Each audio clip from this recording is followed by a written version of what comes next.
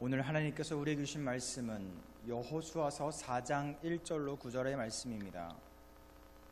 오늘의 말씀은 여호수아서 4장 1절로 9절까지의 말씀입니다. 봉독하겠습니다. 그 모든 백성이 요단을 건너가기를 마침에 여호와께서 여호수아에게 말씀하여 이르시되 백성의 각 지파에 한 사람씩 12사람을 택하고 그들에게 명령하여 이르기를 요단 가운데 제사장들의 발이 굳게 선 그곳에서 돌 12를 택하여 그것을 가져다가 오늘 밤 너희가 유숙할 그곳에 두게 하라 하시니라. 여호수아가 이스라엘 자손 중에서 각 지파에 한 사람씩 준비한 그 12사람을 불러 그들에게 이르되 요단 가운데로 들어가 너희 하나님 여호와의 궤 앞으로 가서 이스라엘 자손들의 지파 수대로 각기 돌 한 개씩 가져다가 어깨에 매라.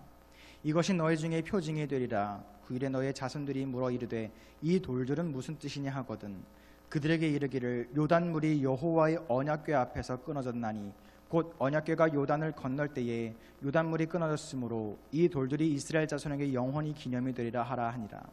이스라엘 자손들이 여호수아가 명령한 대로 행하되 여호와께서 여호수아에게 이르신 대로 이스라엘 자손들의 지파의 수를 따라 요단 가운데에서 돌 12를 택하여 자기들이 유숙할 곳으로 가져다가 거기에 두었더라.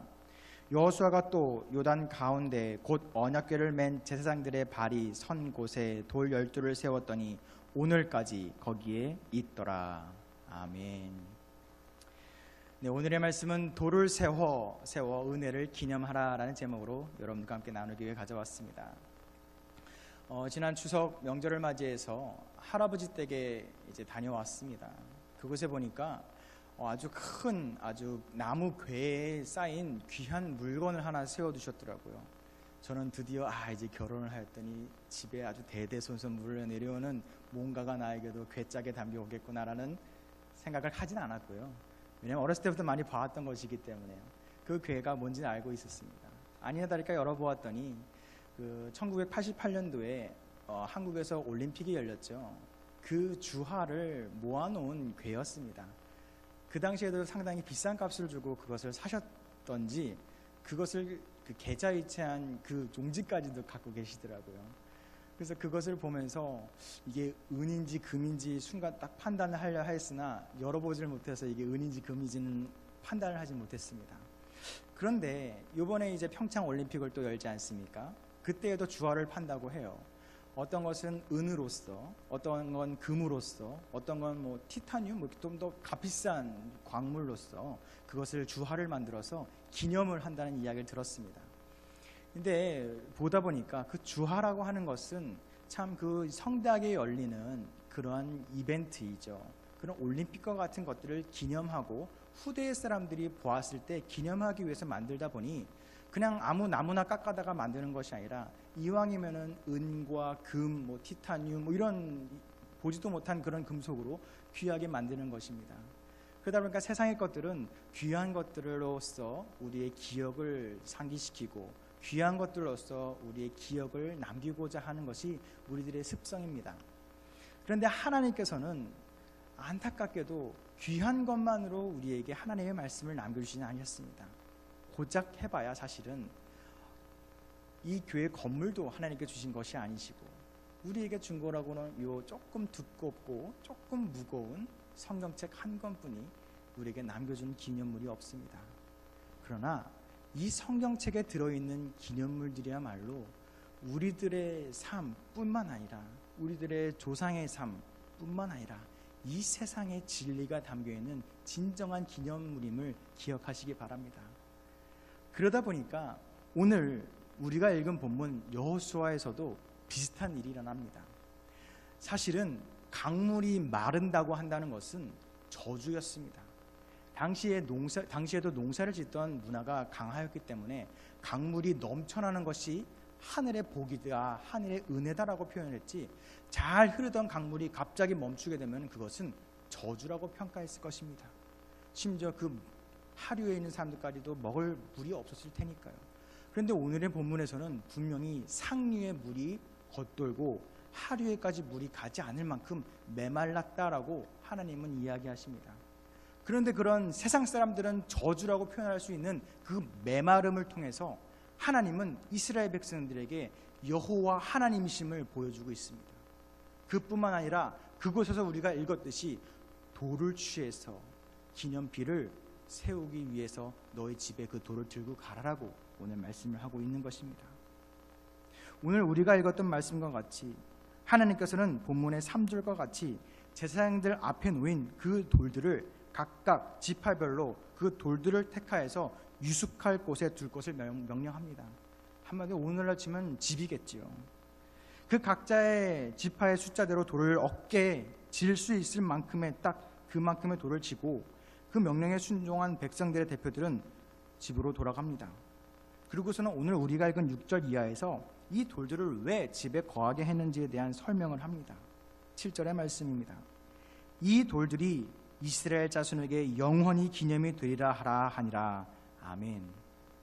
눈앞에는 세상에서는 저주라고 부를 만큼 물을 끊는 메마름을 보여주셨고 그 당시에도 은과 금과 같은 귀한 것들이 있음에도 불구하고 쉽게 취할 수 있는 돌로서 여호와 하나님을 기념하게 하나님을 명령하셨습니다.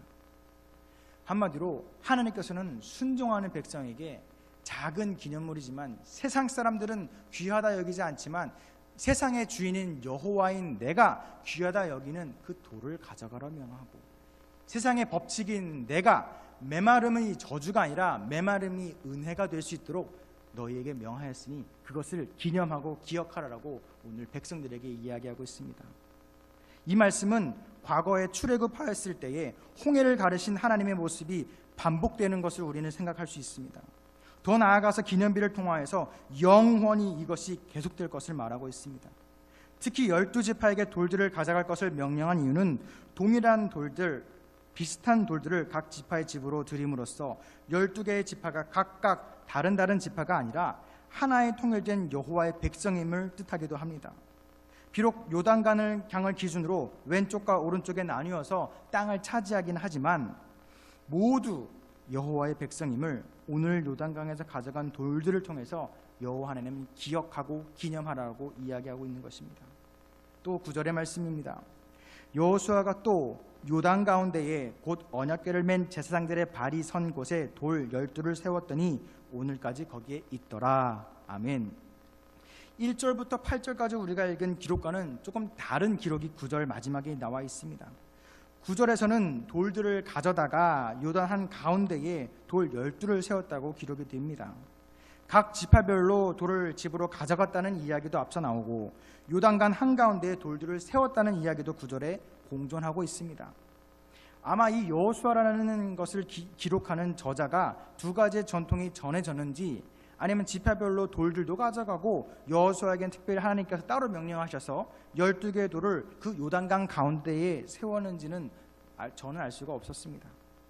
그러나 12개의 돌들이 요단강 가운데에 세웠다는 것은 동일한 이야기를 하고 있습니다. 요단강은 앞서 우리가 배웠듯이 시절에 따라 계절에 따라서 높이가 올라갔다 내려가기도 합니다. 물이 올라갔을 때는 비록 잠겨서 보이지 않겠지만 물이 낮아지는 가문 그때는 다시 돌들이 12개가 나오게 됩니다. 한마디로 매년 반복되는 그 돌들의 모습을 통하여서 영원히 할 것은 영원할 것과 같은 하나님의 영원성을 백성들에게 보여주고자 하였던 것입니다. 사랑하는 연예가족 여러분들, 오늘 우리가 읽은 이 말씀은 우리에게도 지금도 하고 계시는 하나님의 말씀이심을 기억하시기 바랍니다. 우리도 신앙생활을 하다 보면 이스라엘 백성들과 같이 하나님과 함께 하시며 광야의 시련을 겪는 우리도 하나님과 동행하심을 경험하게 됩니다. 때로는 우리들의 필요를 채워주시기도 하시고 우리의 불평과 불만을 하나님이 간구하였을 때 하늘에 내리는 만나와 메추와 같은 은혜를 우리도 경험하기도 한다는 것입니다. 그리고 낮에는 구름기둥으로 밤에는 불기둥으로 백성들을 이끄셨던 여호와 하나님께서 우리들의 삶 또한 지금도 인도해 주심을 우리는 알고 있고 기억하고 있습니다. 그렇다면 여러분들의 여호와의 하나님을 위한 기념비는 무엇입니까? 하나님의 놀라운 역사하심에는 분명 그 기록이 남게 되어 있습니다.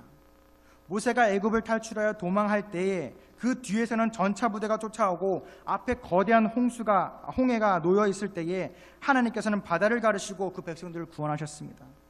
그런 거대한 은혜 가운데에 하나님께서는 입술을 통하여서 대대손손 영원히 그 말씀을 기록하고 기억할 수 있는 기념비를 남겨주셨습니다.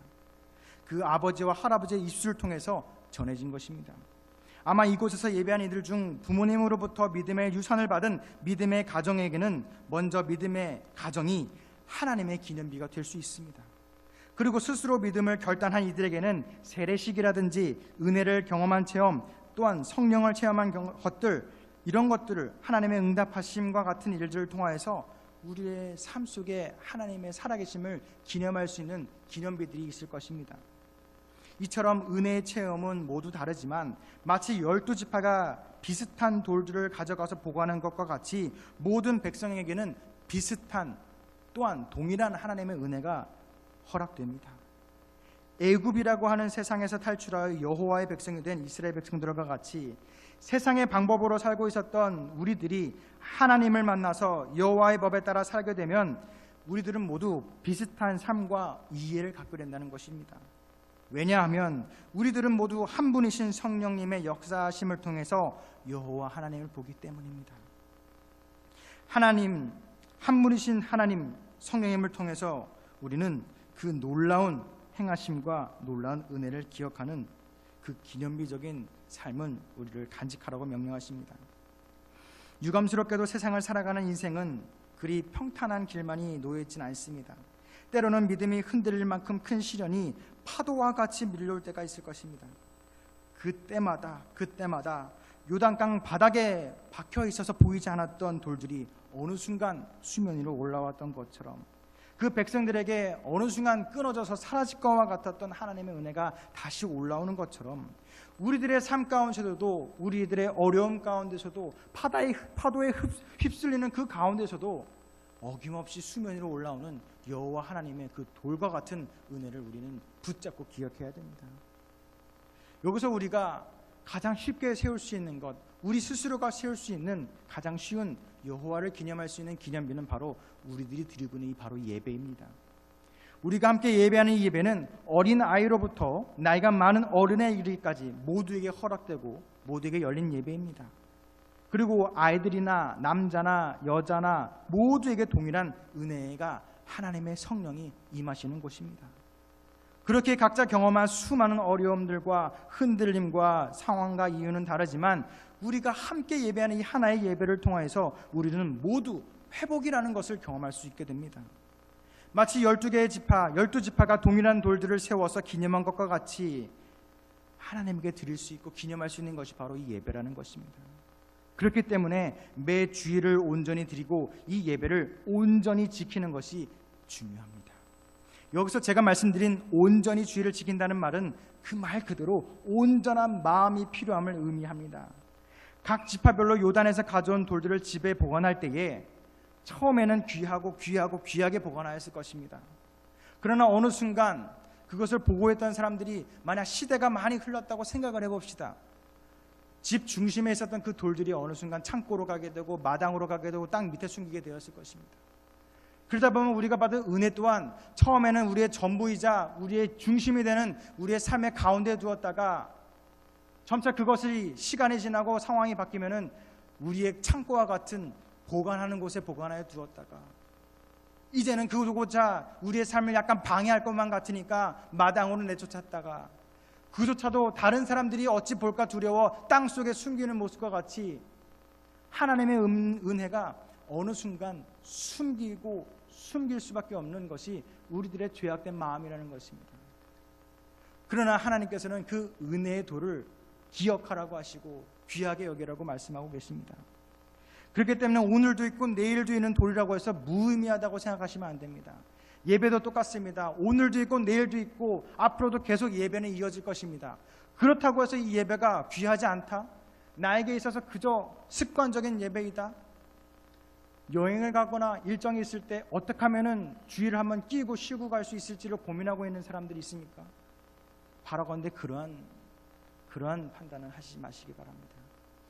물론 예배는 언제나 있고 여호와 하나님도 언제나 영원히 계시겠지만 그것이 우리의 중심에서 우리의 창고에서 마당에서 우리의 보이지 않는 땅속으로 들어갈 때 하나님도 우리를 땅속에 버리실 수 있다는 두려움을 마음에 품으시기 바랍니다.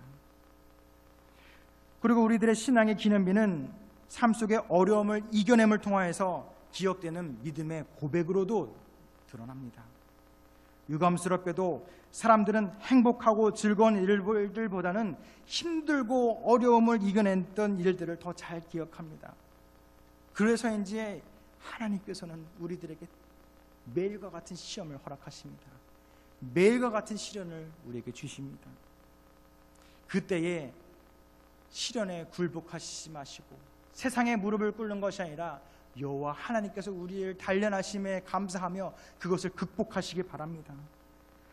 그 극복함을 통하여서 나의 힘을 키워주시고 나의 담대함을 통하여서 나 혼자만을 사는 것이 아닌 주변 사람들에게 그 영원하시며 이 세상의 전부이신 여호와 하나님을 간증하시는 삶을 사시기 바랍니다. 그 간증한 삶을 통하여서 나 혼자만의 힘이, 둘만의 힘이, 이 교회만의 힘이 아니라 이 세상을 치리하는 여호와의 힘이 우리와 함께하게 될 것입니다. 여러분들이 경험하고 이겨낸 수많은 어려움과 시련과 그 기억 속에서, 기억을 통하여서 우리들을 지켜주시며 보살펴주시는 여호와 하나님이 우리들의 기념비가 되어주실 것입니다. 고통과 고난의 기억이 비록 두려움과 떨림으로 먼저 떠오를 수가 있습니다. 그러나 오히려 그것은 우리들의 굳건한 믿음의 주춧돌이 되시길 바랍니다. 결국 믿음으로 여호와 하나님의 계획하심에 의한 세상의 풍파를 이겨내서 세상의 이유를 풍파에 휩쓸린 사람들에게 우리가 먼저 다가가서 증인이 되고 증거가 되는 그러한 사랑의 삶을 전파하기를 소망합니다. 이제 말씀을 정리합니다. 2017년은 500년 전 마틴 루터라는 한 사제가 카톨릭의 부정함에 대한 고발을 세상에 알린 종교 개혁을 이루어진 그 뜻깊은 해입니다.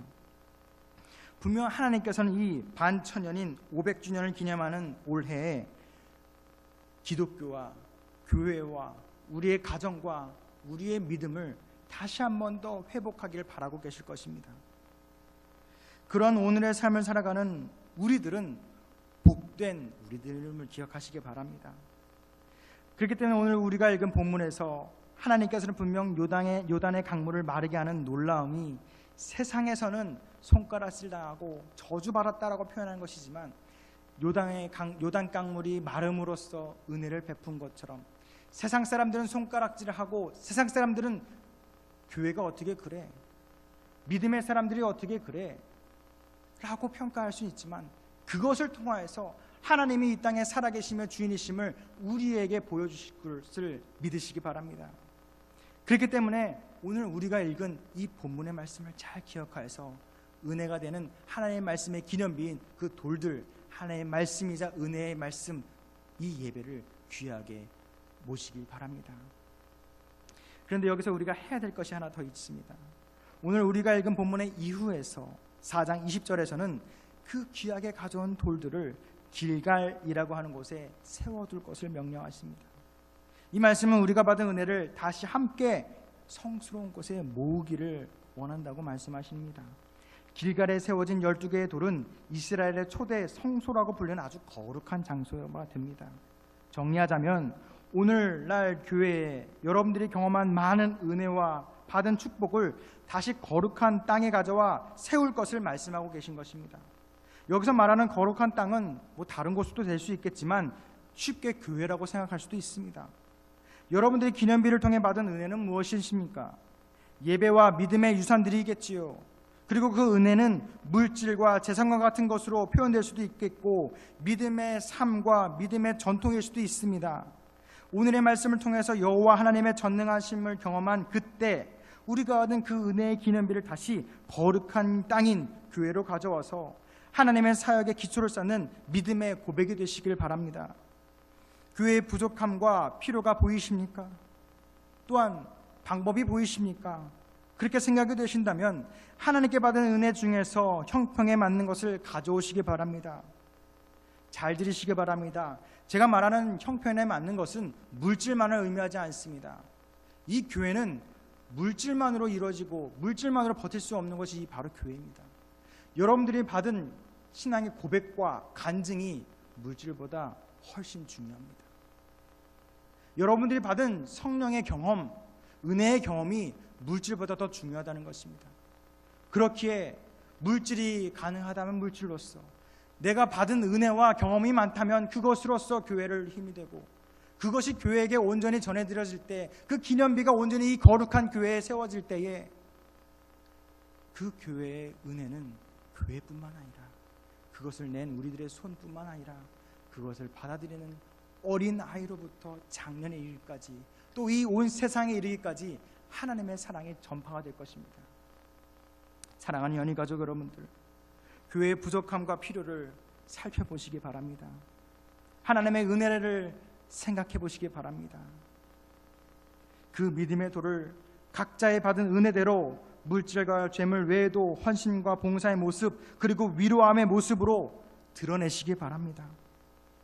어린 아이들을 가르치는 손길로서, 아이들을 사랑하는 기도의 마음으로서, 교회를 사랑하며 위하는 예배의 모습으로서, 또 교회의 사람들을, 힘들고 지친 사람들을 위로하는 위로자의 손길로서, 힘든 이들을 찾아가는 발걸음으로써 여러분들이 할 수 있는 아주 작은 것으로부터 함께 힘을 모아서 이룰 많은 것들을 이 거룩한 땅 교회에 거룩한 은혜의 기념비를 세우시길 바랍니다.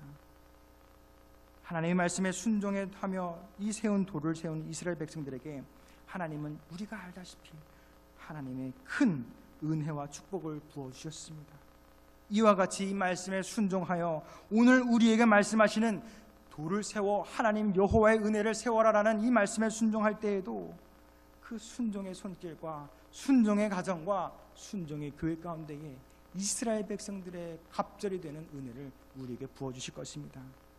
그렇기 때문에 오늘의 말씀을 기억해서 이번 한 주의 삶 속에서도 여호와 하나님과 동행하심과 우리에게 부어주시는 은혜를 잊어버리지 아니하며 한 주를 살아가시는 여러분들의 삶이 되시길 축복합니다. 기도하겠습니다. 사랑과 은혜가 많으신 주님, 오늘도 주님의 말씀을 듣고 한 주의 삶으로 걸어갑니다. 우리가 세상의 풍파와 어려움 속에서도 하나님의 은혜로 오늘까지 살아옴을 고백드립니다. 우리가 하나님께 받은 은혜가 많으나 어찌 갚을지 모르는 우리들에게 눈과 귀를 열어주셔서 교회의 부족함과 연약함을 찾아 헌신하며 몸과 마음을 사용하여서 은혜를 세울 수 있도록 도와주시옵소서.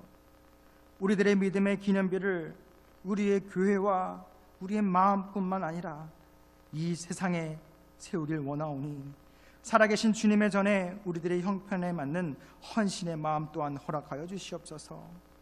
이번 한 주의 삶 또한 주님께 의탁하오니 우리의 삶 속에서도 하나님의 은혜 가운데 살길 원하오며 살아계신 예수 그리스도의 이름으로 기도드렸습니다.